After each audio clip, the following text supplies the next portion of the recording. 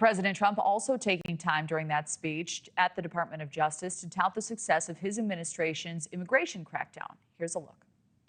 On day one of my administration, I declared a national emergency on our southern border. In our first full month in office, we achieved the lowest level of illegal border crossings ever recorded, okay? Even lower than 4 years ago. For years, Democrats and the media kept saying that we needed new legislation. We had to have new legislation. We needed it immediately. But it turned out that we really didn't need new legislation. All you needed was a new president. All right, so the Department of Homeland Security releasing new data saying that within the first 50 days of the Trump administration, ICE has already made more than 32,000 arrests. Now compare that to the Biden administration, where ICE made more than 33,000 arrests for all of 2024. But deportations are not keeping up with the pace of arrests, which is why President Trump is reportedly looking to invoke the Alien Enemies Act of 1798, a rarely used wartime law that would allow the administration to detain and deport people without court hearings.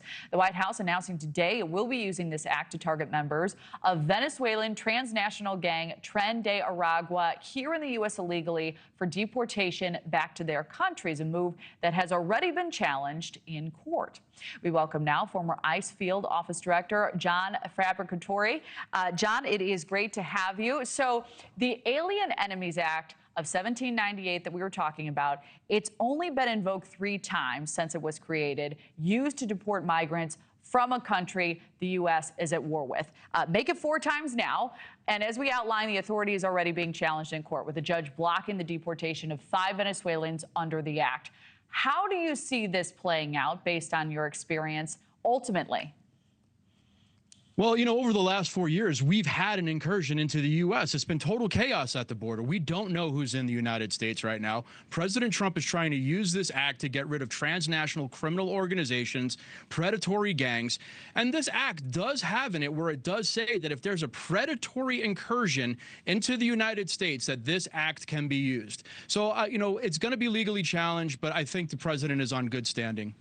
And what do you believe are the overall consequences of invoking something so rarely used like this?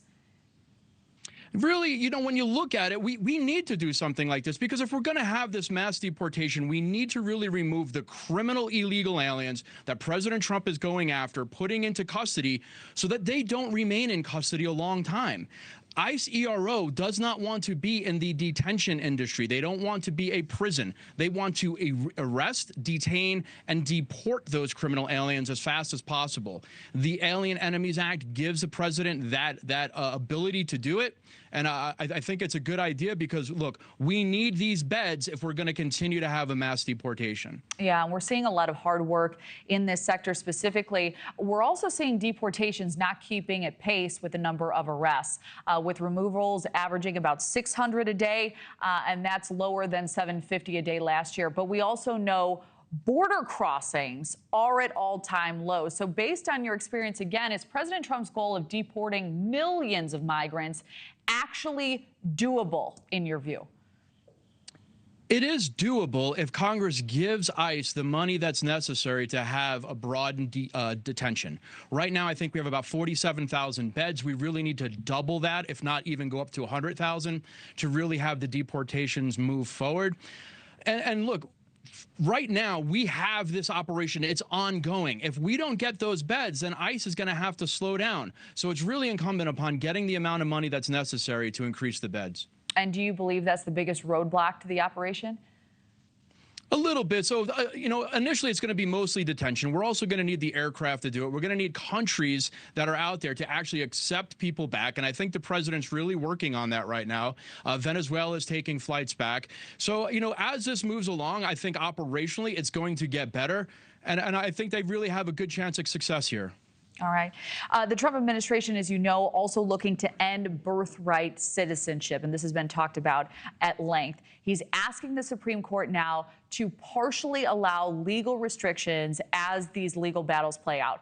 Now, several lower courts have rejected his executive order, saying it's unconstitutional. How do you see this fight ending? This is another powerful tool in this entire deportation effort. It's going to have to go to the Supreme Court. So, are illegal aliens subject to the jurisdiction thereof of the United States? That is the big part of this. The Supreme Court's going to have to make that decision. To me, they are not. If you come here illegally, why should you have a United States citizen just because you have a child on our soil? So the Supreme Court's going to have to look at this. They're going to have to make that determination. Yeah, big changes may be coming. All right, John Fabbricatore, thank you, as always, for your insight. Thank you, ma'am. Thanks so much for watching. Go to joinnn.com to find News Nation on your television provider. And don't forget to click the red subscribe button below to get more of News Nation's fact-driven, unbiased coverage.